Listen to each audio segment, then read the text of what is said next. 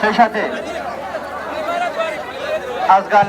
আজগানার পক্ষ থেকে আমাদের মাঝে উপস্থিত হয়েছেন সুলাইমান কবির, কাজী বিষয়ক সম্পাদক, মির্জাপুর থানা বিএনপি। আমি তাকে সংক্ষেপে আমাদের দর্শক এবং খেলার উদ্দেশ্যে সবিনয় কিছু বলার জন্য অনুরোধ করছি। আমি সুলাইমান কবির সাহেবকে আমাদের দর্শক এবং খেলোয়াড়দের মাঝে কিছু বলার জন্য সবিনয় অনুরোধ করছি।